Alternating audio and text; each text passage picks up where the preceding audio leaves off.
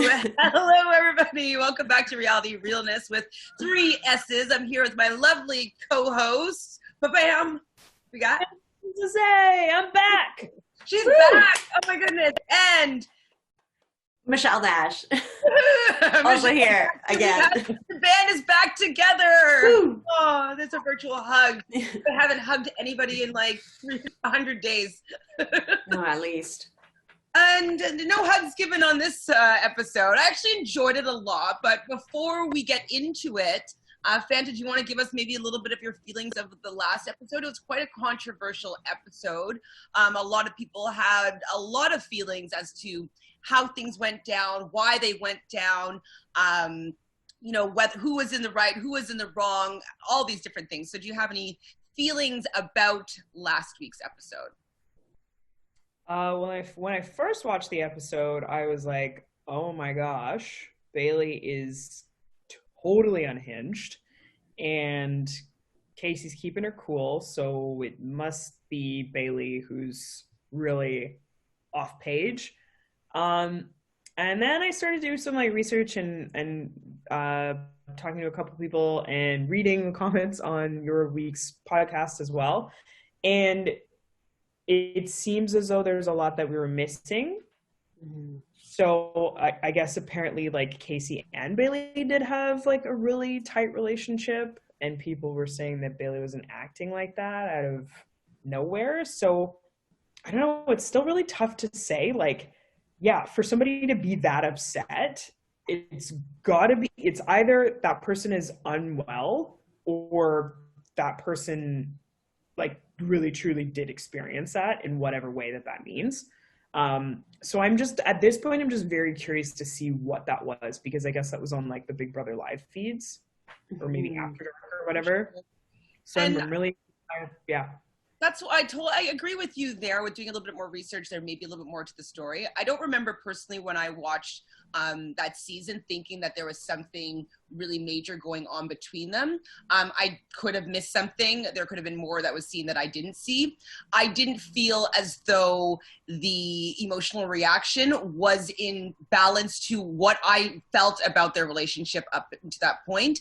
And I felt that it could have been handled in a different capacity, which is why I was coming at it I really did feel as though she needs to maybe speak to somebody about how to control her emotions, because these type of interactions are very common in these social games, these social competitive games. People are always stabbing people in the back. People are always saying one thing and doing the other because they're all self-serving and they want to win for themselves.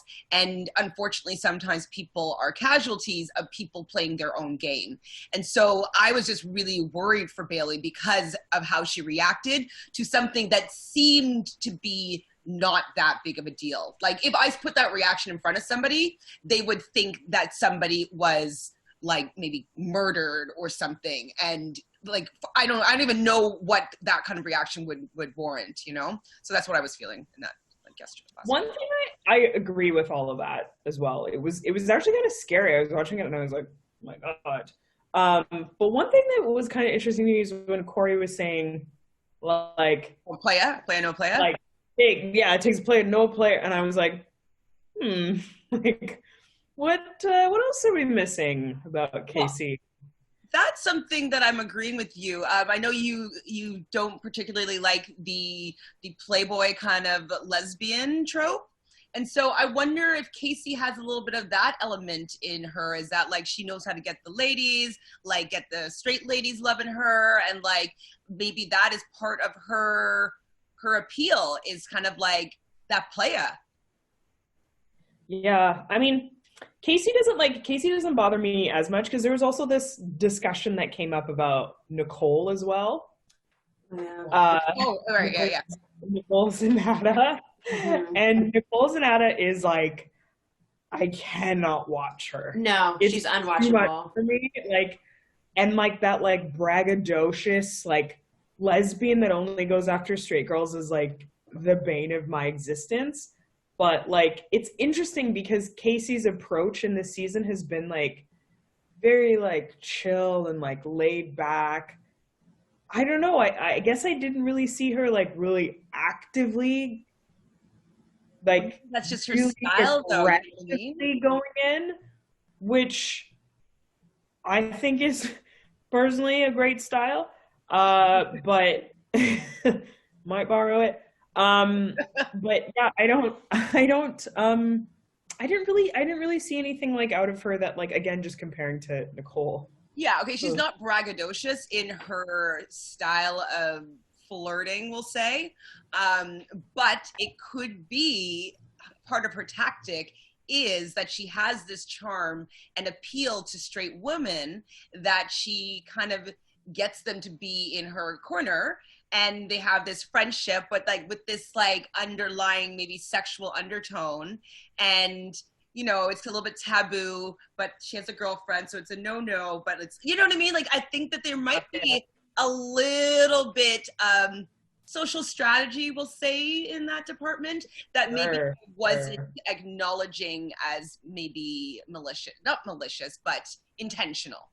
For sure. And that you could chalk that up to social game for sure. And then it brings it back to what you said about Bailey needing to understand that and not take that, as like, oh my God, like, you've eaten my firstborn. It's like, this is literally just like, it's game. And my mom, actually, I was just explaining it to her, because she's definitely a big fan of Swaggy and Bailey. Like, she watches their podcasts and stuff like that. So she definitely is pretty up to date with their ins and outs. And so she doesn't watch The Challenge. I've been trying. And so I was just explaining to her the scenario. And so what my mom said, and this is coming from my mom's perspective, is like, it seems as though Bailey is a spoiled child that either pouts or throws a tantrum. And so this is seemingly the two kind of faces that we see when Bailey's trying to get her way. She pouts and cries, and I'm just pointing out facts, or she goes to 1,000 and she's raging. And as a 2-year-old, that would be, one way. It wouldn't be as large, but as an adult, it's like ferocious. You know what I mean? So she was kind of calling it out as a temper tantrum. Wasn't she, which is, your mom, did you show her the clip? She would have been like, this was like, I understated, this was not a temper tantrum. But wasn't Bailey pageant? She's a pageant girl too, right? Well, explain. What does that mean? Oh, well, pageant girls are like very like, they're like debutantes, and they get whatever they want. Right. And so I think maybe she's never had to learn how to deal with her emotions when she's not getting her way.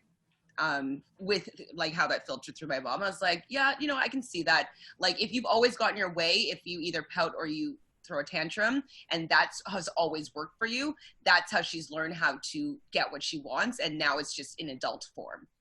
And so it hasn't, it's a repeated, we'll see if it happens again. Like, she's supposed to be on Big Brother. So we'll see if somebody does something against her, if she has the same similar kind of outburst. But that's kind of how I feel it is at the moment. I don't mind her as a human being. Because I was realizing watching this episode, like, I like Bailey. I like her, but I really was uncomfortable by how she reacted in that moment, regardless of whether it was warranted or not. I felt that it made me uncomfortable. And yeah, I don't want to feel uncomfortable when I'm watching something, Okay, that's it. Michelle's like, I don't on want the challenge to anymore. I'm over it. Done. No, I was like, I can't really. I mean, secondhand embarrassment is very cringe, but sometimes it's also Yeah, this was a little beyond like embarrassment. It was, it was unsettling. I think genuine concern. Yeah. Concerned. Yeah. If anything, like, I feel the same as both of you, and I just question how much I liked Casey, because now I'm like seeing all these things and I'm like, oh, like, she's cool and she's chill, but she's also aware and skirts around the truth and is a little, you know what I mean? Like, a little false in that way. And her charm is too, like, suspect to me. And now I just see her differently. Fair. I still like her, but she's definitely, you said it on one of the comments that she's sus. She's sus. But, okay, but wouldn't you say that maybe if she just finessed that a little bit better, she would be a good player? I think she is a good player. I do. But I think she is a good player, but I think she messed up with how she handled Bailey, and that was a mistake in her. Yeah, this is, if anything, like, I wish Casey had not pushed, like, when she heard that she was saying the lies about sleeping together or whatever, if she had let it be for the evening. I know she was worried about her social, like, the rumor spreading, but if she hadn't, like, pushed Bailey when she was already at that point, you know, and she was already in bed, and, like, to get into her space like that, I feel like if Casey had still let it be, and then the next day been like, listen, let's actually, like, you know, not bring the past into this, and, like, if we are, let's have a private, you know, like, she could have just handled it. They both a bit better. handled it poorly, and it made us change our point of view about both of them to a certain extent. Yeah. Well, maybe different, maybe not Bailey so much, but I do realize that I do like a lot of Bailey. I just don't like how she handles her. And the editing wasn't super kind to her last week as well. So. And it's probably because there wasn't any D content to put in there, so we saw more of that. They would have maybe cut that to make it not. I like, after this week, I will honestly say, I like forgot about Dee's existence completely. They never mentioned her name a single time. It was. They did once when they were filling the bins. But so, even, did you notice with the tribunal? Like, they were like, these are our options to put up, and they didn't even say her name. I was like, this is great. Like, I don't know. So such a savage cut. It's so savage. You don't even see the back of her head or anything. No, it's like she does not exist. It's truly, it's wild. It's really wild. We start this episode with, like, poor Kyle staring at himself in the mirror, like, needing to get his red skull, and obviously Johnny Bananas trolling him. Is his time gonna come? That's the name of this episode. So we're doing episode 14. Your time is gonna come. Were you thinking he was gonna get his chance this time, or do you think you did? I mean, I guess there's not really that many options. Just him and Josh left. Mm-hmm. So Bailey's had 4 tribunal wins, and she didn't put herself in the tribunal any of these times. I feel as though that was also a really big misstep. And I think that probably also fueled a bit of the anger last week, is that, like, she had so many opportunities to go in. And if this was going to be the last one, like, that would really suck that her friend didn't help her get the skull when it could have been the last one. But I hope this is going to be changing things for next season. Like, if they keep this skull twist, that, like, people, if you're in the tribunal, it's like you have to go in and get your skull. Like, just make it up mandatory or something, because it's like 4 and you don't go in, and then you're upset that you didn't get thrown in.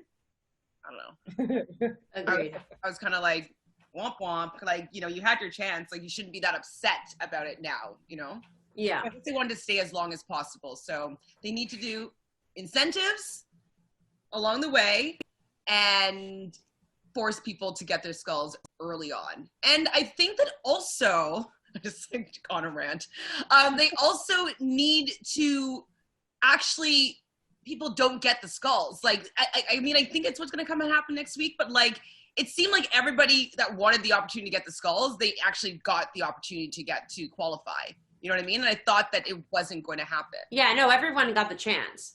But I think that it didn't necessarily it didn't have to go that way, right? Like, if they put down people if they kept putting up people who already had skulls and continued what they had done, then not everyone would have had a chance, maybe. But now, yeah, it looks like we'll see. It seems like everybody was just like, well, he doesn't have a red skull, so he can go in. And you know what I mean? Yeah. They were very, very diplomatic about, like, getting this. Like, they weren't strategic about making sure people didn't get a red skull. Yeah. Like, putting people in that had a red skull. Like, they just let people, anybody that wants one, you can go down and get one. No problem. And I feel like it was a bit of a fail. I completely agree with that. And that kind of robbed us of having a really interesting political battle of that kind of strategy, where people would be winning to make sure that other people didn't win. And none of this stuff of, oh, I'm going to throw that to that person. 'Cause, yeah, it's just kind of like, you guys want to win this money, right? Well, I guess they do, but they also like want their not even close friend to go in and get a skull and compete against you. What? And it was the funny thing that, like, from this episode as well, I feel like Fessy said like 8 times, like, yeah, you know, he's my boy. Like, I really want to run a final with him, and he's my boy too. And that guy, the camera guy, is also my boy. I just want to run a final with everybody in here. I was like, why do you want to run a final with everybody? That's not the point. I mean, all Fessy showed in this episode is that he doesn't have real strategy. Just is exactly in Big Brother. It's like he gets by on certain things and he's nice, but like when it comes to like the smarts of strategy, like there's some textbook things that he doesn't understand. Like, don't make 2 deals within a minute of each other that are the exact same deal that you don't have 100% choice over. So to give that promise makes no sense.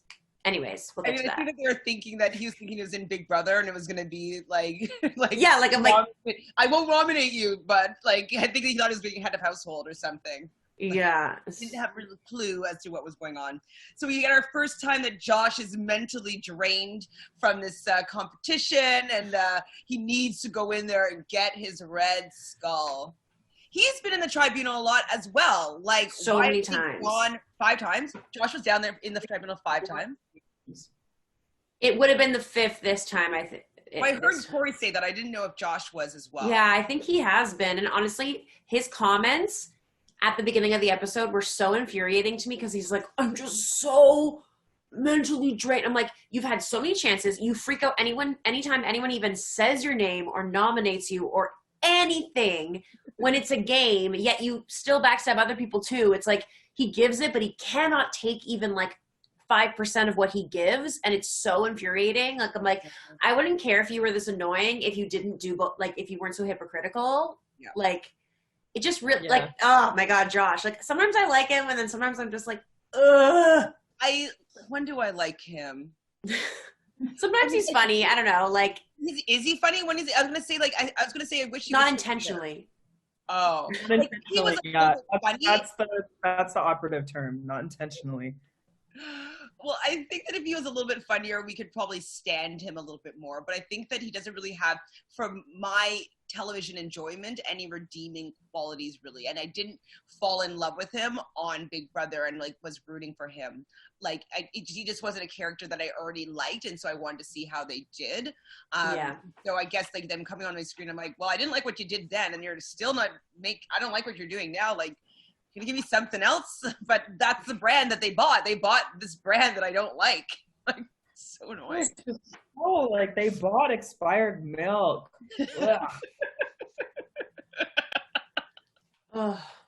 Nate, you called it. You called it. Okay, so this is where like I started to get really sad. Because I was spoiled. I went on Twitter. I never go on Twitter before you watch an episode. So I knew out of the women who won. So I already knew going in who had won, but I still kind of had my idea as to what was going on. And so it was my first time thinking like, oh no, they're thinking of throwing in Anissa. And so like I hated seeing that scene where all the guys pretty much led by Johnny Banana. Well, Johnny Banana just like drops the seed in there and then he lets everybody go, run with it, about Anissa not being someone that they want to be in a final with in case they be pairing up people in the final. And that's true, but like, let her go to a fucking final. Like, it's men versus women, it's individual. Let her go to a final. Like, I saw this meme that was like, or like whatever, and it's like them saying that, and it's like a clip of like Wes crying in the final where he's paired with Kenny and freaking out on the ground, like his leg is broken. Zach almost ruining it for Laurel. I forget who else, but like so many men throughout finals who've like almost ruined it for the women by like freaking out and unable to like go on with endurance. And so, you know what I mean? Like, it's just, it's ridiculous because if anything, they'll have to be paired up for maybe parts of things. Absolutely. It's not going to affect your overall time. You don't know what it is. And like, really, Josh, that's what you're concerned about? Why don't you be concerned about getting the chance to even be there? Why are you concerned about who you're competing against? Like, If you're even there, it's a miracle. It's true.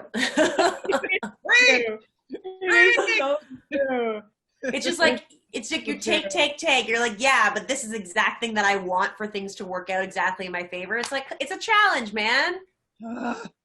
But I was happy that Nelson was standing up for Anissa. I was like, Nelson, and he said this, not like I'm saying this well right now, but well to the camera, like how he was speaking so eloquently. I was so shocked. I don't understand how we can have these moments of like, you know, compassion and awareness, and then other times just nothing. Like, you think about how he treated Anissa before, and then it's I mean, I don't know, man, but I liked him in this episode a lot. I liked him a lot in this episode. Maybe because they have more time with him because of the D cut. But like, oh my God, we see some more of Nelson, like some good moments of Nelson instead of just the shitty ones. Yeah. I was so sad though for Anissa at this point. I know. And yeah, because I knew what was going to happen. I was like, oh my God, is this what's going to happen? Because they show the video clip of her talking with her mom. I was like, oh my God, they are going to throw her in. Yeah, it's sort of like, it's just happened to her so many times, and it almost just became a prophecy that she made true by being like, this always happens to me. But I mean, people were already talking about it, so like, she was feeling that energy, you know? And I can just imagine feeling so, how do you not get so defeated? And it's just because is such a vet and has done so many seasons that she knows this is how it is, and people have underestimated her so many seasons. Like, even when she was younger and fitter or whatever, like, people still downplayed her constantly. So like, I think I think she's so used to having to deal with that kind of thing that it just showed her like resilience through it, because she didn't freak out. She's like, you know, like, what is she supposed to do? And we'll get to the elimination, but the way she was just became like, yeah, like she knew she was going in. It was almost, I was like, is she pissed? Or she's just like, no, okay, I'm going to focus on this task. Like, it was just like, here's another thing that I have to do. Like, I don't know. It was interesting to watch, and I felt really bad for her, but I was also like, no one else could deal with this the way you can out of any of the other men or women who are left, you know? Mm-hmm. And that's on maturity. Yeah. Absolutely. And And even bananas would be able to like do that. Bananas would be like, even bananas wouldn't even be able to do that. Like, no. If people were like chattering about throwing him in, he'd freak. He'd be freaking out. He'd be freaking out. And running up and down about respect and whatever else, even though Anissa's done more challenges than he has. Right. She's won more eliminations, that's for sure. Yeah. So I was wondering if, though, at this point, like, maybe D was going to be thrown in, because we haven't seen. I was hoping so bad. I was like, please, just like, how about maybe D? How about maybe D? Like, this would be good. D versus Bailey. It's not a bad matchup. Like, they don't know each other. Like, none of the people that ended up picking, like D. Like, how come she wasn't an option? So I was kind of irritated by that. So we see Corey and Fessy kind of having a bro moment, talking about Haley. And I actually, in this whole little segment, I did get a little bit teared up when he was talking about how he really wanted to get into the NFL because, like, you know, he was made fun of and stuff like that in school and bullied a lot for the fact that he was from a Muslim background and his father had a long beard and stuff like that. And so the fact that he wanted to, you know, do well just to show that someone like him could be in the NFL. And so I did get a little teary-eyed in that moment with Fessy and Corey and his confessions. How'd you guys feel? Yeah, it was nice. It was a nice moment. I like knew something about the NFL. I knew he had an injury, but I didn't really know all the details. So it was nice to hear that. And this is a great avenue for someone like him. He's a little bit in that kind of like Landon category where it's like he wants to compete. He wants to be there. He wants the chance to prove that he's the best, and he trusts his own ability and skill, and like doesn't necessarily want to backstab anyone really. Because like even with what happens, he's still very like, he doesn't mean, you know, like he wants the best for his people. And yeah. I wonder why Banana hasn't, I guess maybe he doesn't have the crew, but hasn't been strategizing to get out Fessy. Like, Fessy is somebody that he may have some trouble with in certain elements. Yeah, I don't know why he hasn't tried. Maybe he has. We haven't seen it. Maybe he's not concerned about Fessy for like endurance. I don't know. I think, I don't know, it seems like Bananas is so comfortable this season. And I think that in Bananas' mind, like, he's just like, okay, like, doesn't matter. I get to the final. I don't have to worry about anything else. I've done way more of these than anybody else. Yeah, he must just be confident. He has the experience. Like, what if they have to eat Yeah. something gross and jump in ice water and you know what I mean? Like, Fessy hasn't done those things. He doesn't know how well he climbs mountains. So yeah. Yeah. Yeah. And even there's just, it's so interesting watching Bananas because there are things that he always sees that you don't even like think of at the time. His mind is like, he'll look at a challenge and he'll assess it in like 800 different ways before people have assessed it in one. And that's just what makes him so efficient. So I think like just him having that confidence that way. And then also, he just doesn't strategize the same way that Wes does. And also I do believe that he doesn't really have the social capital. Because who is he going to talk to get rid of Fessy? Corey He knows Nelson? Fessy has Corey and Josh, well, sort of Josh and Nelson and some of the girls. Like, yeah, I guess they couldn't really do anything, but yeah, I guess he just doesn't want to become public enemy because like they could all turn and come against him and do the same thing. So yeah, he's probably just like, let me just hide behind here and let me just get to the final, guys, so I can win it. Like he's just hiding. Yeah. He's just hiding. Sorry? It's Playing not possum. easy. Playing possum. So the alarm goes off in the middle of the night. They're just doing a little surprise challenge in the middle of the night. It's called Running Out of Time, and it's individual, where they had to basically run to, I don't know how far the distance. I want to know what the distance is. Please tell me the distance in the future of the challenge. Just give me a little thing on the bottom, on the ticker, that says the distance that they're running, please. Picking up heavy stuff and putting it in their opponent's barrels. I love competitions like this because you definitely see where you fit in the house and see who's against you, who's with you, et cetera, et cetera. But it sucks when it's this late in the game to be showing all these colors because like you can't retaliate really. So what do you guys think of this challenge in general? I mean, I think I like ones like this, but it is kind of a Big Brother style, like fuck your enemy kind of vibe. But yeah, they didn't make the distance clear, and it is a little late, but I mean, as we see, there's going to be more eliminations before the final now, and so now everyone who goes in is going to have a red skull. So there are things to be done, perhaps, from this information. True. I wish they showed the distance. I also wish they told us how long. I know that it was trying to be like mysterious there, so like you'd just be like gunning it the whole time, but like be like, okay, you're gonna do this for an hour. I'll let you know when it's 1 minute left. I don't know, something like that, just so we can have an idea of like how well they're doing. It's kind of, I don't know. For me, I don't find it as interesting to watch when I can't gauge people's positions in the game. Other than seeing the barrels at the end. What do you think about them ganging up on Anissa? I hated that. It made me so sad. Like, I don't know. I just didn't really understand. Like, for the girls, that doesn't make sense for them. Why would you want to get rid of Anissa? Exactly. Wouldn't you want her in the final? The girls why should would be in the final because it's never girl-girl paired together. It's usually girl-guy. Exactly. It doesn't make any sense, and I think that, like, a lot of those girls are just influenced by Bananas. Like, Jenny does whatever Bananas wants. Yeah, I was going to ask you guys like that. Do you think that something has been going on with him? I don't remember if you remember last episode, but there was like rubbing lotion on his belly? Like, I don't know.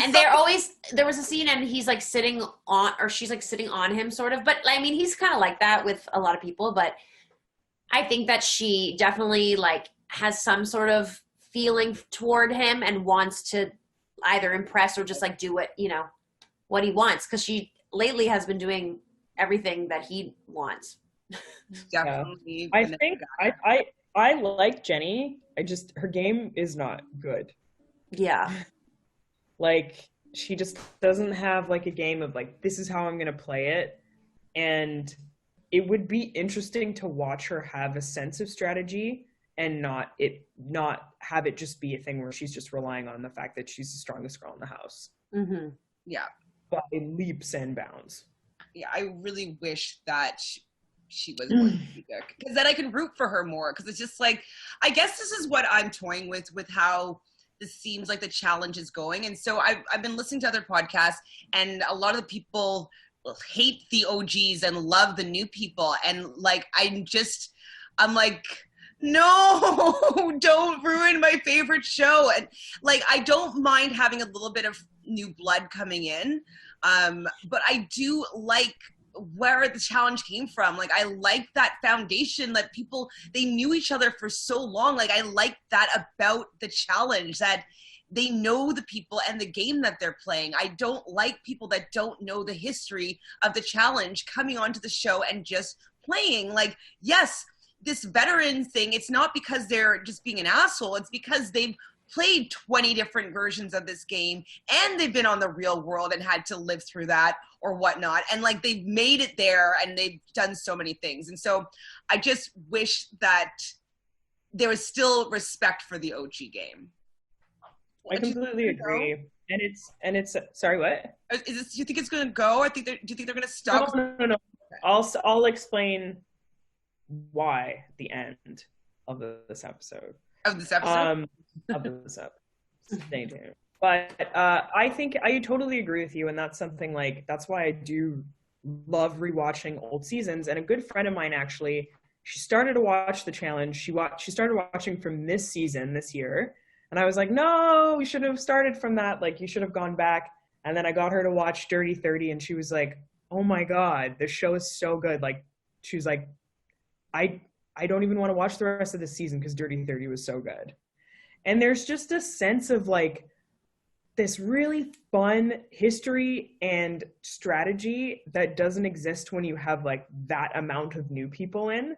And you're right, I do agree. I do like having fresh blood in there. You know, you need to have that. But I feel like it's kind of gone soft.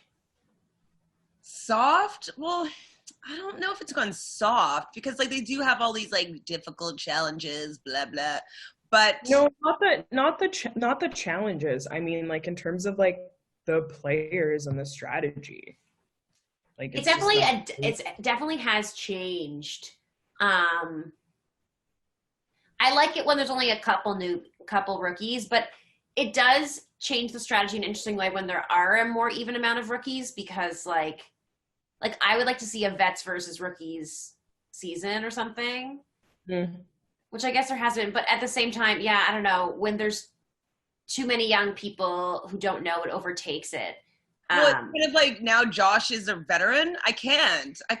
No. I can't. You shouldn't be called a vet unless you've been doing it for like years and years, and or you've won the challenge. Or if you win, you're a champ. If you've done, the rule is that you're a vet once you've done more than 2 or 3 seasons, I think. But I think that's stupid. I think it should be like 8 seasons. Yeah, I agree. It's so like, every time I see that on his like little moniker, I'm just like, ugh.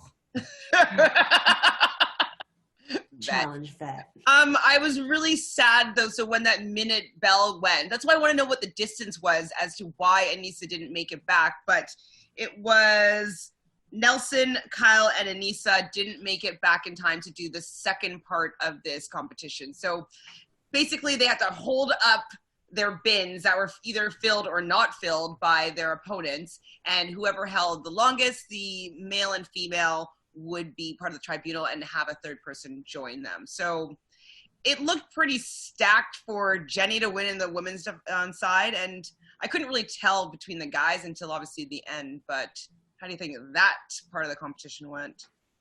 And I think your favorite moment comes up too. I thought that like I didn't understand why Fessy was making such a big thing for Corey to drop when he could have given it to Corey. Like, it doesn't matter. And I understand that that's his whole, like, competitive thing. Like, he just wants to play to win just to make sure. But, like, if you have trust in Corey and you were going to make sure he doesn't go in or whatever, he would do the same for you. So, like, why, like, the way he was saying to him, like, just drop. Well, why? Well, maybe it's because he didn't want to give it to Corey because he made the deal with Josh. No, but he didn't. But he wasn't even going to stick to the deal with Josh. He was only sticking to it because of Jenny afterwards. Like, I think he would have honestly picked Corey. Like, I think it was like new deal. Yeah. Like with Josh, I think he was just trying to say, like, don't worry, I'll make sure you're not even an option to go in. But, like, you know what I mean? Like, I think that's what in his mind, he was like, yeah, that'll be fine enough for Josh. I don't know.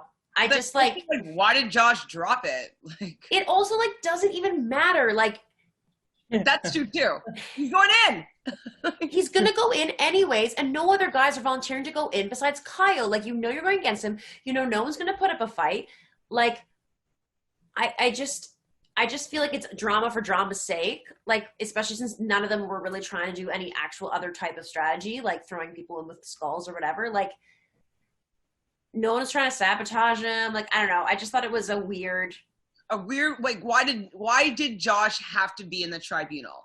Like, is it because he wanted to be able to say, like, yeah, TJ, I'm going down there? Like, absolutely. Like, he just wanted because I think in his mind, because he's quite paranoid, if he hadn't been in it and then they voted Kyle in, that he, like, even if he was a nominee, maybe they would switch it on him because he switched it on people, right? Like, so because he's done it to other people, he's worried it's going to happen to him. True. But, like, it wasn't because no one sees him as, like, a real threat. Don't tell him that. Don't tell Josh that. He's going to the final. No, like, if he wanted to get to the final, like, people want him there, you know? Like, they're not scared of Josh in the final. Like, if they're not coming for Fessy, they ain't coming for you, Josh. Like, chill. So Jenny wins. Fessy wins, even though he ends up screwing over friggin' Corey because Jenny, I guess, convinced him to have Josh be part of the tribunal. Do you think that was Bananas' influence, or why do you think, like, why does Jenny even care? Yeah, I think it's 100% the influence of Bananas. I mean, she was saying that she thought it would be better just to have one of the people that doesn't have a red skull be in the tribunal. Yeah, I think she just wanted to, like, appease the most amount of people. That's sort of her vibe. Like, try to get the majority not mad at her. So I think that was sort of her thought process. That was so annoying to me. Yeah. Like, for, like, that whole deliberation for her to be like, well, it just makes sense. Like, he doesn't have a skull and he doesn't have a skull and we'll get them both in, both of them having a chance. And I'm like it's a game. What this game is about. This is so annoying. Like, nothing is supposed to be fair about this. Favor. Every single person has had multiple opportunity to get their red skull at this point. So, like, you don't have to do anybody, like, at this point, I just think, like, favors away. Like, you had so many opportunities and I went and got mine and you didn't. So, like, get your way there yourself. Now, how did you guys feel now about Corey now being so pissed at Jenny for, like, because he's owed a favor from Jenny. He's owed a favor. I didn't even remember those 2 moments where he, like, supposedly saved her. I was like, oh, and they showed them and I was like, oh yeah, I guess he did do that. But, like, he's so irrelevant at that point, like, you know? And honestly, like, she is one of those people that will say, if you do this for me, like, I'll do anything, blah, blah, blah. Like, I'll make you get your thing. And it's like, yeah, but, like, help him get his red skull. Like, he already has his red skull. So why does she, like, she doesn't really owe him anything. She didn't make a deal with him. Well, I mean, yeah, she didn't make a deal with him, but, like, I guess he would have hoped that Jenny would be on it. And at the end of the day, like, they're not putting him in, so why does it matter? He just wanted to have that 5th win to be the only one with 5. It's like, it doesn't really matter because he's not going to get thrown in anyway. And he wasn't even really worried about that. Well, and also, like, I don't think that Jenny would do any sabotaging, but, like, why piss off Jenny when she could be running beside you in a final? You know what I mean? Like, look at what, I mean, I know it's not going to be how it ends this time, but what Ashley did to Hunter, you know, they were running together and they did not like each other, and she was able to steal $500,000 from him. It's not the same season, but, like, why make enemies with somebody that does very well in the challenges so far, and they might be in your way of making some money? Because Corey still has his ego. Maybe he wants to be her partner for Rivals. Oh yeah, everyone keeps talking about this. Whoever gets Josh as a rival is going to be so upset, and it could be anyone. Maybe that's why Johnny Bananas is so nice to him. Yeah, he's like, I want to be his friend. There's no freaking chance. Oh my gosh. There's no rivalry here. That's so true. Oh my God, I never thought about that till now. That's actually perfection. Perfection. Nobody wants to be Josh's partner, so they're friends with him. And they will not date him. So Corey obviously is still on this like really upset angle about this result, questioning Fessy. And I'm just like, the whole time I'm just like, why do you care so much? They will not throw you in. Just be chill. And I thought he was gonna pop off because he was saying like, oh, something hasn't made me this mad in so long, and like, you know, I'm here for my family. And so I was like, oh my God, is this the precursor to him popping off? But he didn't. I just like the scene of Josh, like the confessional of him crying, being like, nobody knows why I do it. And then he's like, I do it for the people back home. I'm like, you won Big Brother after a terrible strategizing season. Like, you didn't play a good game, but out of the options, you were the better option.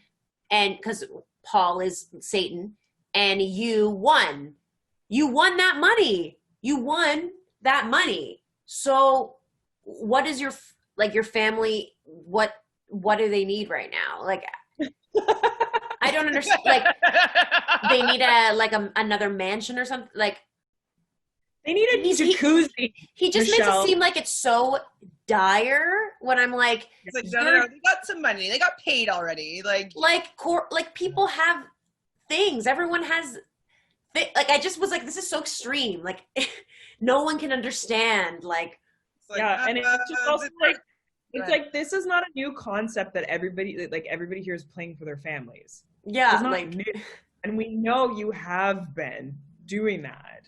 So stop crying. Well, just like, maybe it's like, I want to take my family on a vacation. You know what I mean? That could be something. Or like, I want to do something nice for my mom. That'd be cool. But like, I agree with you. It's kind of like, you already won the money, bud. So you don't need to pretend as though you guys are in dire straits, as you're saying. And that's why I just like really like Kyle's angle with that. Like, when like Corey's just like, oh, like my daughter and stuff, and he's just like, I don't have any kids. And it's just like I would rather, like, with that kind of strategy, I'm like, I would just rather Kyle win. Yeah, because I love that attitude when he's just like trolling a bit and just like, he's self-aware, he's funny, he's not taking it too seriously, but he's still committing 1,000% and still really wants to win. That's my favorite combination. Mm-hmm. Yeah. Mm-hmm. It doesn't it doesn't matter to me like what you're using the money for. It doesn't make me like Josh more.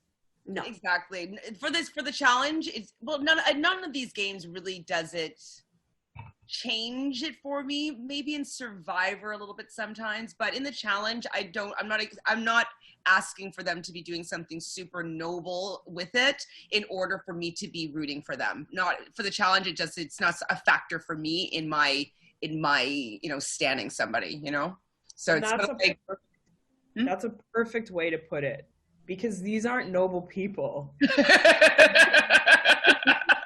Watch Survivor, like, you get the loved ones visit, and like, these are just people who, like, I worked in a factory for 25 years for $6 an hour, and you're like, oh my God. And then, like, you just have like all these like Instagram thoughts like on the challenge, and you're like, doesn't matter.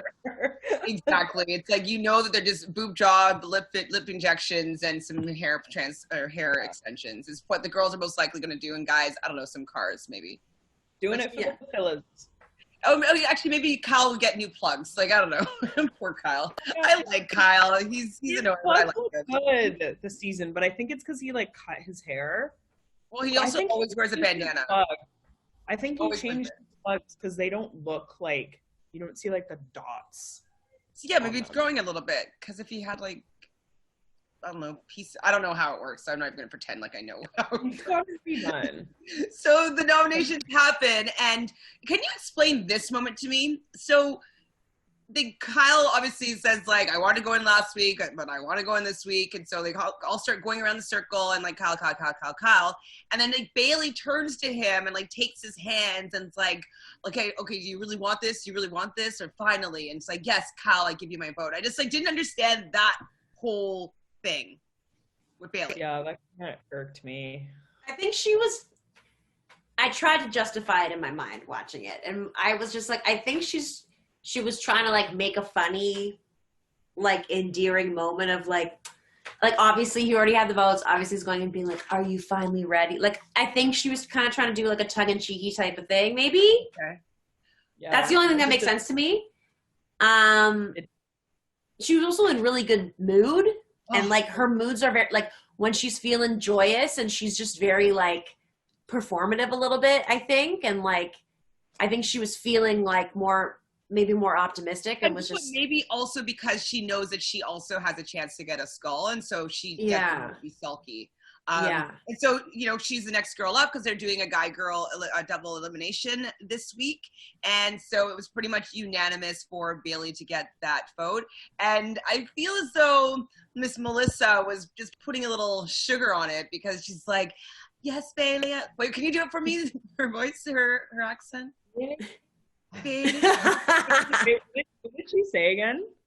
He says, I can do it. She was like, if you really, you've made it through this, or she's like, you've worked so hard, and I really think you deserve your chance to go and get your red skull, or something about that. Yes. I can't do it on the spot like that. Really? Bailey? No. Bailey, you've worked really hard this season, and now it's time for you to get your red skull. That's pretty good. I picture her when you do it. I picture her. So like, I love her voice so much. Yeah, I'm obsessed. Every time she talks, I'm just like, she's great. I like when she pops off, it doesn't bother me. I don't know if it's the decibel of her shouting. It doesn't hurt my ears, but like it's not loud enough or something that doesn't make me really annoyed. But it's always just like very like clear. Like she just never loses herself in the pop off. Yeah, she's like, I know what I'm saying. Intentional pop off. She's very clean in her pop off. And she always nails her points. Yeah. Like, and then she like has that like smile when she's done, and she's just like, I'm done with this now. And then like just like turns up. Don't even want to fucking vote for you anymore. Hope you don't even get a chance to get your red skull. There you go. That was good. We should all practice our Melissa. Oh Lord. I'm sure you have a good one. You have a good ear. So do you think that Bailey would actually want those? So I think Melissa wanted like to butter up Bailey so she wouldn't go in against her. But who do you think that Bailey should have gone against? Who would you want if you're Bailey?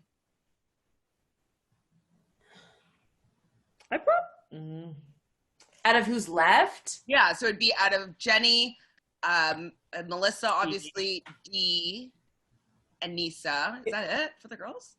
Yeah. And Casey? Did you say Casey? And Casey. If I were Bailey, I would probably want to go against Anissa, to be completely honest, because I feel like everybody keeps underestimating Melissa.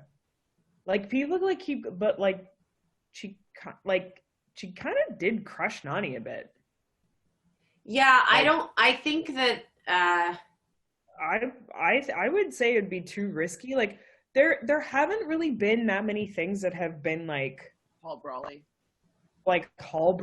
like physical stuff. Like it has been a lot of like endurance. So if I were Bailey truly, I would have been like, yeah, I'd go against Anissa.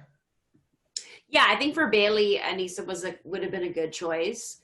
I think they have, you know, an even-ish amount of like smarts, probably Anissa more with the smarts, and equal sort of with strength. I mean, it would depend on what. And then I think that like Bailey's just quicker than Anissa. So she probably, you know, should have a better chance against Melissa's pretty fast. Yeah. And after just seeing how well Melissa did last week, you know. Yeah. And Melissa? Yeah. Sorry, go ahead.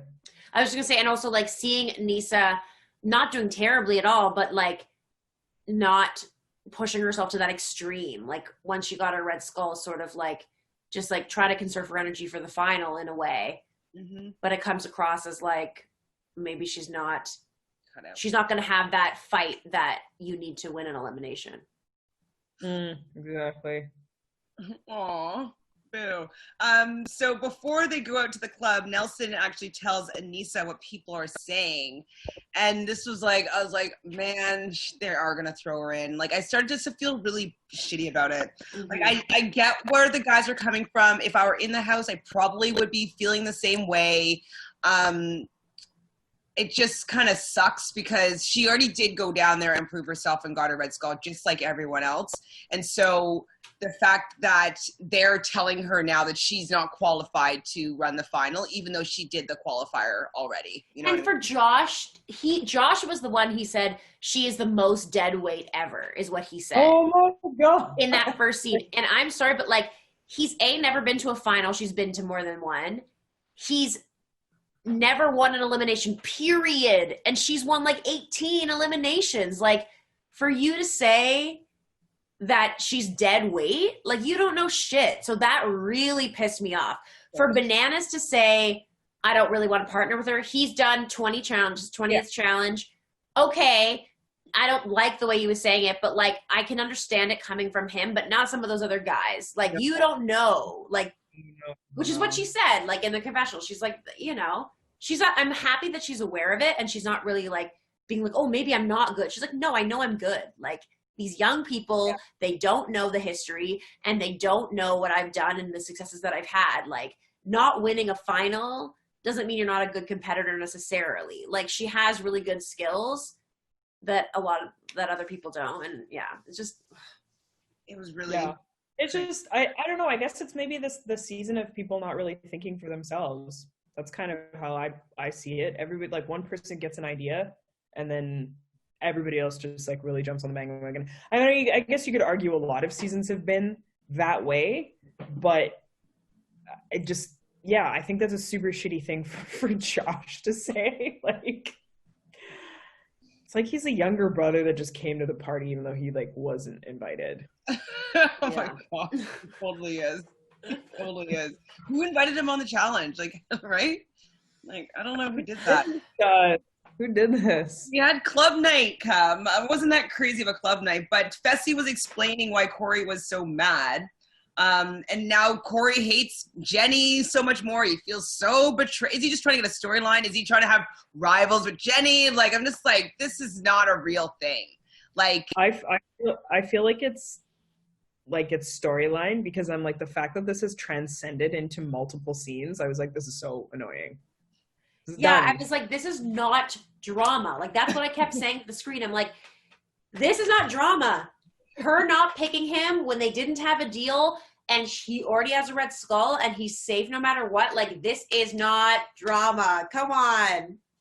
All I wrote down is like, just put in D. Like, I'm like in my head, I'm just like, I just want D in. Like, who cares about Corey? Just like, I don't know. That's like all I wrote. It's like, put her in. Because like Anissa was politicking to Jenny and like Jenny has the option to put in freaking D.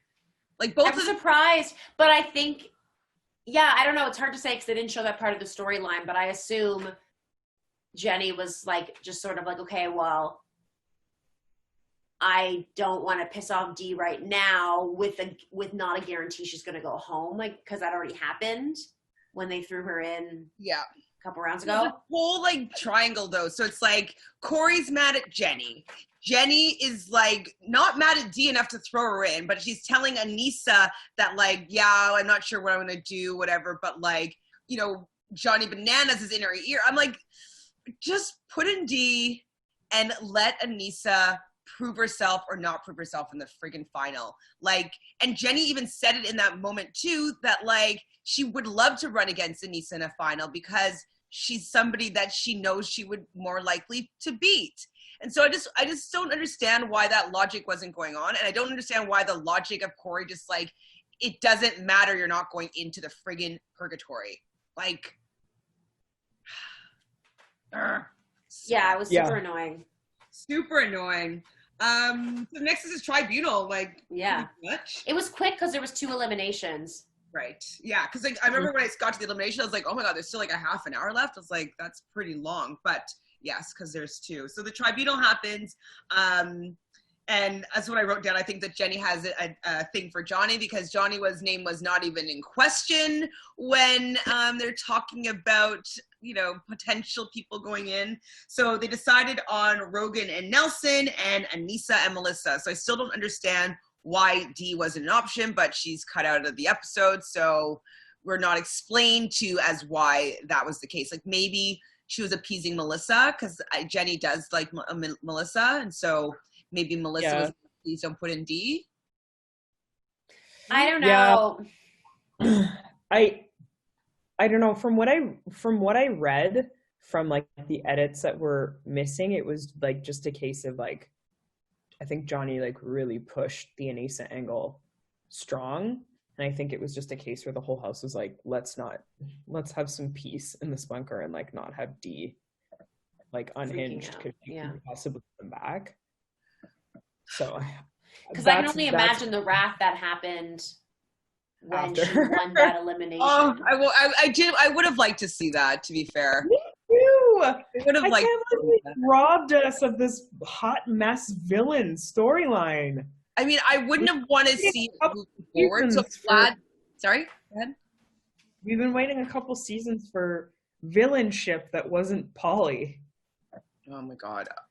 There was a poll, I think, on Twitter where it was like, do you want to see, it was like Cara Marie and Polly like hugging cute, like face cheek to cheek, like, do you want to see us back on the challenge? And so I don't remember where the poll was at, but like, no, hell no, never. Pass. Say it again. Hard pass. Dude, after War of the Worlds 2, man, I cannot forgive them ruining that season. Like, that was some of the worst strategy I've ever seen in my life, ever, by multiple people, but like with them at the core, and it just hurt me. Like, every time I think about this season and it frustrates me, I just think about last season and I'm like, at least I'm not, you know, there's better or worse, you know? But at least this season, though, I'm sure that they would have been annoyed enough and thrown in Polly. Because he a big pops out his chest, but he's a smaller guy, and so he may have been thrown in. Oh my god. Could you imagine if they put Polly against Fessy? Be magical. We were wrong with that movement, but throw him out of purgatory. That would have been amazing. But not good enough for me to want to watch him again. Yeah. Not enough. No. So they call in Rogan, and you know, they were basically saying like they brought him in because like Josh's like, yeah, I'm going in, like we just had to do this. Like we knew that you'd be like okay with it. Whatever. But Rogan did make me laugh when he came in. Like I don't know what he said, but like I did for the one time. He was like complaining. He was like, "Oh, you guys brought me in on laundry day." And he was like, oversized, like silky, like button down, and he was just like annoyed that he was like wearing it in tribunal, and like he was on there, and he just like kept like quipping like at them, and just like because he didn't want to pack. I'm like, you're so funny. Like I would hate packing. Like funny there, and I was like, I wish you were like this all the time because that would make me like you. Like if you were just like so Brit cheeky all the time and stop being like, I'm Rogan and I'm just gonna destroy everybody, then that would be so much more fun to watch. Well, I think the nature of the season is making people have to be these beasts, these comp beasts. And like, I'm never really for the comp beasts. Obviously more so in the challenge than in other game shows, but like, I want the strategic and the fun to be around and the entertaining person that's also really good at challenges, as opposed to like the I'm a calm beast, rawr, you know. Like I need them to be well-rounded, more well-rounded. But maybe, you know, Rogan will learn a little bit because like it'll be his 2.5 season. You know, if he gets to the final again, maybe he'll learn a little bit more and he'll just become a better personality on the show. So I don't mind him when he's funny. Right? Yeah. Great. Yeah, Nelson wasn't really impressed being there. He said, he was the one that didn't want to pack. Like, yeah. Oh, man, I don't want to pack. Oh. But they're both funny. They both took it pretty well, especially because Josh is going in no matter what. It's his time. He needs to prove himself. He needs to go in there and get that red skull. So they said, though, in the tribunal, I don't remember who it was, but like, it was Fessy, like, I'm cool with Aneesa. And Mel said something very good, I think, with the right audience. Like, cool does not win you $1 million. You want to say that for us, Fanta? As Nelson? As Melissa. She's like, when Fessy's like, I'm cool with Aneesa, and then she's like, cool doesn't get you. Cool doesn't bring you $1 million? Cool doesn't get you $1 million? Something like that. Yeah, and it was... I am trying my best. Okay, no, I watched the video of you guys when I wasn't here, and it was very spot on in the video. Like, I was shook. I'm nervous that you're here. No, we're just catching you off guard. You know what I mean? Like... And, like, I'm bugging you about it now. But, like... I watched it, I was like... And I rewinded it, I watched it again. I was like, wow. Accent workshops. You should do it. Like... This is it. This is your new business. Talk like your favorite, the challenge Brit star. Are you just the challenge people, though? Yeah. Oh, well, you could probably do it, Jenny. You want to talk about Joss, Melissa, Kyle? Jenny's someone that you could probably... Jenny. Yeah. Sorry, that was terrible. But I heard her in there, though. And yeah, it was in there somewhere screaming. She's very like, get a red skull. You I can't do it. Oh my god.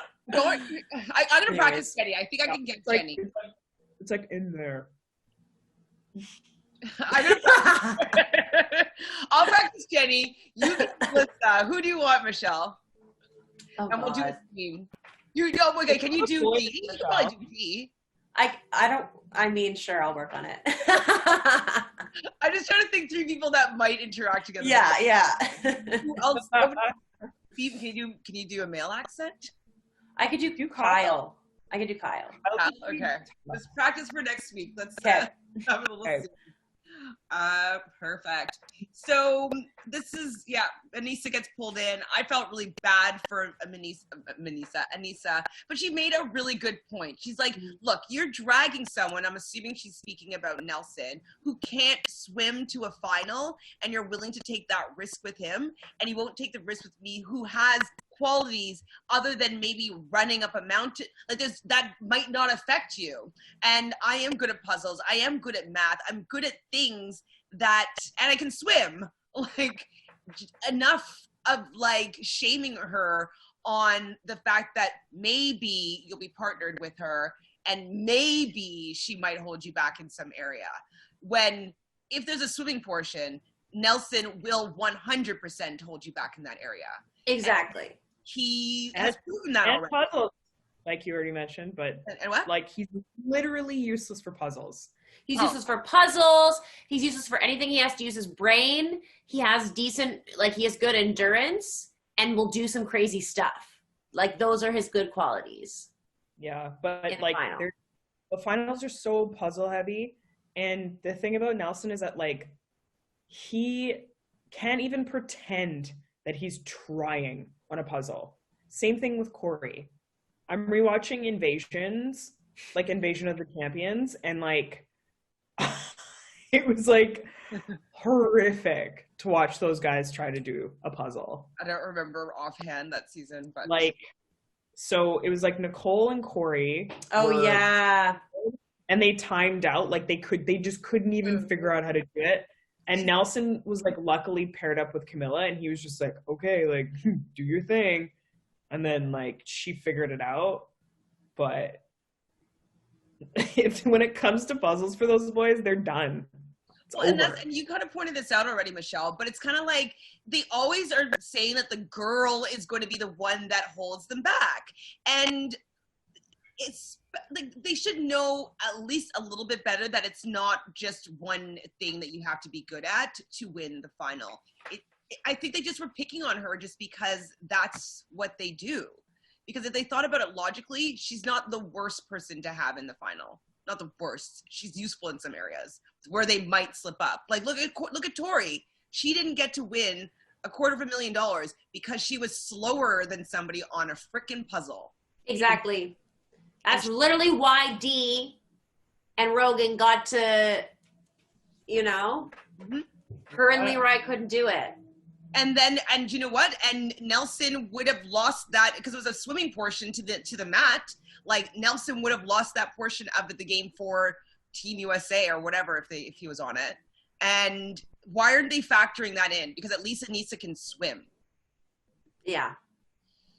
Anyways, I was just so hurt for her. I was just sad. Like, I get where they're coming from, but I was just like, I really wanted that argument to resonate, at least with Jenny. So if Jenny is making that argument, like, well, she's like, I think I could beat her in the final. So, like, I want her to run it and, like, at least push that as being her agenda a little bit and maybe just take the heat off of her a bit. Because I was like, I was pissed. I was sad. Yeah. I thought this moment was kind of funny where Corey was, like, forcing Fessy to look into the camera and tell him that he's the best or he would have beat him. I was like, okay. Oh, yeah. It was a cute moment when I was like, you broke the fourth wall, like staring at me right in my eyes, Fessy. Did you just turn it on mute, Chantele, and then you just pretended like he was saying whatever to you? There's this guy on TikTok that I have a TikTok crush. I shared it with my friend the other day and like, woo! This guy's hot, and so hotter than Fessy, in my opinion. But if I find my phone, I'm going to show you this guy because he's hot. But yes, in that sense, like I did turn off I put it on mute for sure. So I also mentioned that it was a self-fulfilling prophecy with Anissa, and yeah. I was like, man, like, because I believe that, you know, your thoughts create and your beliefs create your reality. And if she really believes that she's always going to get to the end and have to go home, that's going to be the result going forward. She's going to have to change her mindset in order for that to change. And it's going to be very difficult going back in the same environment. So I'm worried that unless there's like a team thing or something, that she's not going to get a chance to get to a challenge ever again. Yeah, I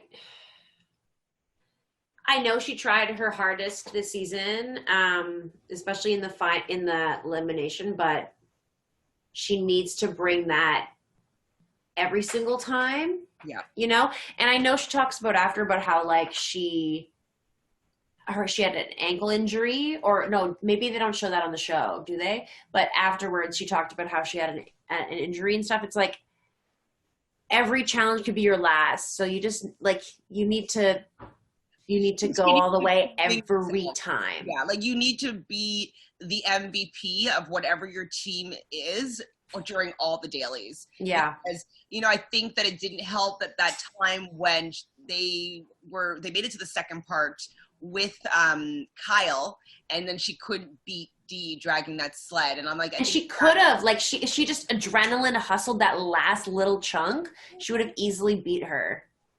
Yeah. Anyway, my handsome. Oh shit, not Courtney. Who is? Oh.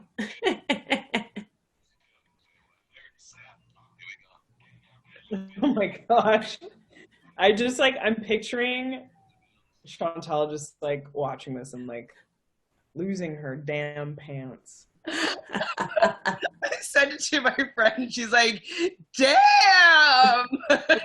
So anyways, yes, he's a cute guy on TikTok, you know, TikTok crush. There's so many cuties on TikTok, but he's probably like 19. Probably. No, he does have a child, so his child's about 6 or 7. So I'm assuming he's probably he could be 24. Be careful, Chantele. Probably is. Something in the water. So yeah, the vote happens, it goes down, and Josh is the deciding vote, because I guess it was, how'd it go? Yeah, so first Fessy votes Melissa in, Mhm. then Jenny votes Anissa in, and then Josh is like, I don't know what to do, but I'm worried about in the final I have to think about me, lol. Um, and yeah, he votes Anissa in. I was so mad at him. Because like there has to be a little bit of like minority camaraderie in there a little bit sometimes, like stand up for her a little bit in this instance, please. And not to mention, like, he's also just doing banana wines, right? Like him along with Jenny, he's also like wants to please him. Yeah, doing that banana work. Yeah. I think that's what it is. I think he's never gonna not do what he wants. Yeah, I agree with that. I really wanted him to pull through here. And when he did that, I was like, I hope you lose this one, Josh. I hope you lose. And especially because we had seen what it looked like it was going to be, like the two cars. I was like, I had an idea of what it was going to be, but I didn't know for sure at this point, I don't think. Did they mention it yet? They didn't explain it till after they voted, the people. And so then the next round, was it Kyle versus Josh, obviously. So Josh goes down, and it's going to be Bailey and Anissa. So they explain it to be knots of war. And yeah, I wrote down, I hope Josh goes home after that, where they basically have to take these really heavy ropes and make knots and pull it in and out the windows and the empty windshield of these cars. And then they're going to swap and undo it. And whoever gets the whole big rope outside of the circle around it is going to win that challenge. I think it's a great challenge. Everybody can do it. But it's better if you're kind of thin and lanky. And so when I saw what they're actually going to be doing, I was like, definitely this favors Bailey, and this definitely favors Kyle, unfortunately. So right going in, I was like, I didn't think they had a chance, just because they're so much more wiry and they can just fit through more things and make little knots, and it'll just be a little bit tougher for both Anissa and Josh to maneuver. But I was impressed with Anissa. She did a pretty good job, and she didn't really seem to give up, but I really wanted She was so close. Like, I had a moment where I was like, she really had it out. And like, again, she tried hard. She was smarter about it, and I think she did great. If she had like 10% more hustle, I think it could have happened. And Bailey's way younger. Like, Bailey's one of the younger competitors, right? So like, she's a little more fast, but I think that Anissa did a great job, and she, hold her head very close. Hold her head high. Yeah, sure. I mean, or if she just did a couple more annoying knots for Bailey to have to get through. I think that I wish what people did is some slip knots, like get it around the side and slip it and pull it and then kind of go through, just like annoying knots that they'd have to undo, as opposed to just like wrapping things around. I think if they use their body to make like a needle knot, I don't know if I'm making sense, and to pull it up like the windshield like arm, or you know what I mean, just in certain places, just to, because like undoing those type of things just would be so awkward. Like, I think it would just take some time. You know who I would love to watch to do this challenge is Jay. He would like flip around the car. He would do he'd be like upside down. Like, it would be so fun to watch him do this challenge. Yeah, he'd be great. Be great for sure. Well, he'll be back. He's gonna be the ropes guy now. We're gonna be like, oh, Jay, so good at ropes. The ropes guy. So yeah, so I said Kyle is wiry. He's probably gonna win this, and Bailey has a better shot. Ugh, it was so annoying. So Melissa was right, though, that Kyle needs to keep on going in and out. That's what I was thinking, too. I'm like, Kyle, like, you got this. Just, like, keep going in and out. Make it difficult for Josh to, like, lift his body in and out of that thing, And so I'm happy that he picked up the pace, because I was so rooting for Josh and for Kyle in this one. I was not a fan of Josh at all. I didn't want him to win. Did you? Oh, yeah. The whole time I was like, please, just...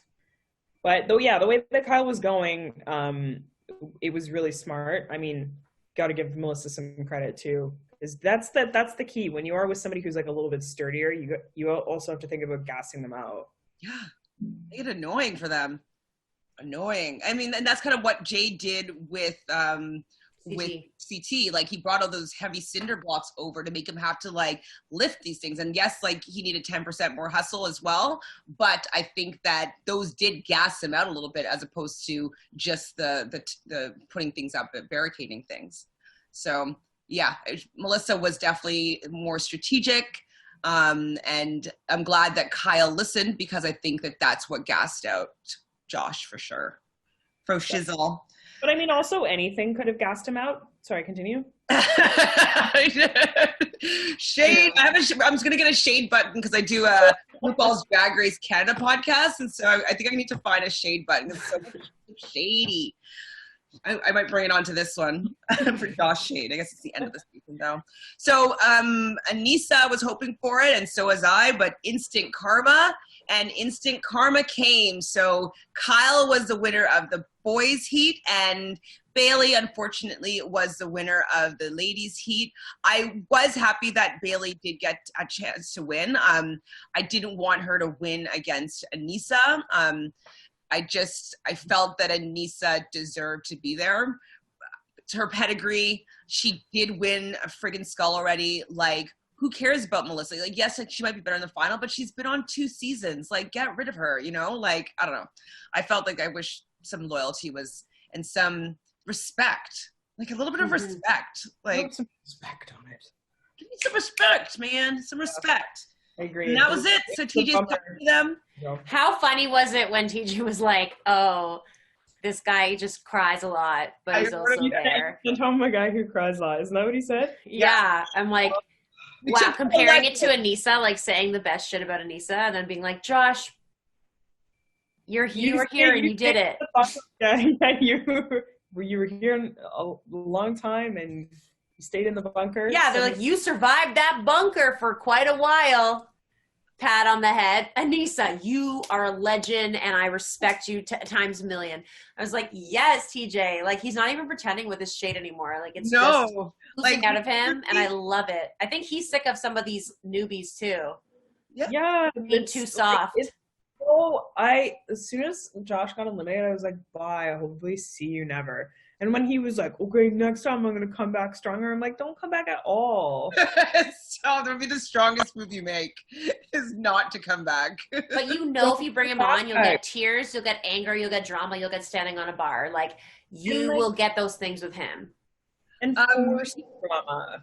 Pardon? Yeah. Forced drama. Like, that's what I can't stand like, the drama that used to happen before would be organic, because it came from their season history of like so long ago of like, you know, hooking up with whatever it was, but like, you know, it was real drama because like these were real feelings, not this garbage. But did you notice that TJ made some new nicknames for them? So we got K-Dog and B Swaggy. Gonna be some new hats on the scene. Yeah, Swaggy. He probably gets a cut. I mean, I think B Swaggy getting named that by TJ, I would be like, Brandon! Yeah, no kidding. For sure. Like, because that's the thing that always bothered me about Swaggy C, is that he named himself. Like, he gave himself the nickname or whatever. But, you know, if TJ's calling you B Swaggy, like, yes, I'm B Swaggy. Like, I'd be. I just want a shirt that says, TJ hates quitters. We can make that. I'm going to make one for you. Yeah, that'd be great.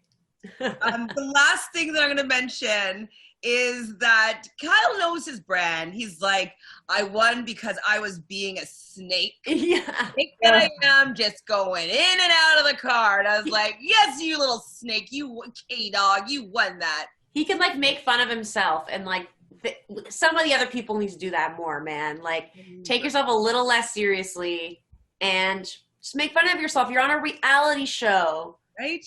Like, yeah, you're on TV. You're a character. You're not a real character.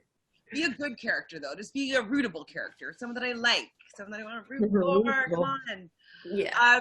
They showed us the clips for the next episode, so it looks like some people are still going to be taken out. So that's why I was saying, like, why do they have this, you know, urgency when it seems like everybody's going to get a chance? But yeah, but I mean, now it's interesting. I think what would have been cooler is like if they had gotten everyone to get red skulls at the beginning earlier and not thrown in the same amount of people, we would have hit the max number of red skulls already, so that people who have red skulls would have to get in, and that's where the drama starts again. Like next week, the drama starts fresh again because it's like, who's gonna go in, you know? And we would have seen that sooner, and it would have been more drama and more exciting if people had just gotten their skulls earlier. But because they waited and waited, you know, so we're only at the point now. So I think there'll be at least like 1 or 2 more eliminations before the final, or maybe 1 in a purge. Who knows? But like, they can't do it. How many people do you think are going to run the finals? I don't know. I think only 8, 4 and 4.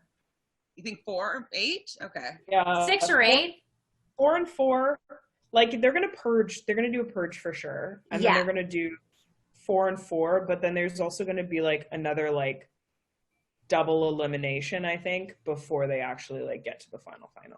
Like, you know, sometimes like end of day 1 or something, like they'll do something and then maybe. I mean, who knows? But I'm excited it's coming soon, and I'm excited next week's going to be a hall brawl because we know that it's going to be D in there. We know because they showed it in the previews, like back in the day. So what do you see how they're going to edit the episode? How are they going to? How are they going to edit that? They're going to have to make it happen. I mean, maybe they'll show her, but they just won't show her confessionals. Yeah. And like, they'll make it still centric of like people talking about, without saying her name, maybe being like, who knows? Maybe they'll pay her for that one episode and have her in it and then not use her again. Like, hopefully she gets eliminated. Let's pray. Yeah, because these edits are really... I hope that they just put her up against Jenny and Jenny just takes her the F out. That would be great. That'd be great. So then the final will just be... Wait, how many people? Oh, yeah, there's 4 still. So they probably will do one more thing. But just do that, though. I don't... If she's not going to be shown on the screen, I don't want her to be on the show anymore. You know what I mean? Yeah. It's really... Yeah. Done with it. Yes. I mean, I still enjoyed this episode. I didn't like the way it turned out. I hope they go a little bit back to the some old OG people, even though the new school people watching it really don't like the OGs. And I'm just like, you don't understand. They don't understand what the show is. They don't understand. Like, watch your history, man. Like, I didn't start watching Big Brother till summer of season 12. And you know what I did? Is I binge watched every other season.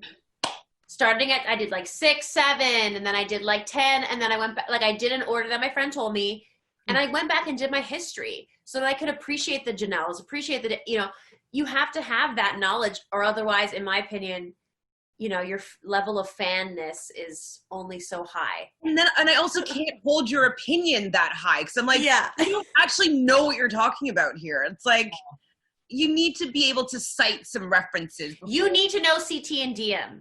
You need to know how much of an asshole Bananas was for so long. You need to know Wes's history. You need to know, like, Jordan's history. Who Evan and friggin' Kenny are. You need to know Evan and Kenny. You need to know Tina. You need to know Evelyn. You need to know Rachel. Like, you need to know that there used to be really cheesy intros where they would walk the tarmac and then look at the camera and then it would have their name. On the beach, like, push them over, like. Oh, there's so many things that are missing. Yeah. I don't even understand, though, how, like, I would be attracted to this show if I didn't know the history. That's what's great about it, is knowing the deep connections and relationships these people have. That's what keeps me going, and the cast really affects my level of wanting to watch it. I always still watch it, but like how intense I am about making sure I see it. You come back for those OGs. Say again? If you come back for the OGs, if the challenge didn't have like the OGs in it, I'd be like, I don't really think I can watch this anymore. Well, that's 100% true. And like, I had to do this little like podcast just explaining what one of my favorite reality TV shows. And so I chose the challenge, but I chose how I got born into the challenge to talk about. And so actually what ended up happening was when I was in high school, so I was like 15 or 16, my dad told me that I needed to watch this show on MTV called Road Rules.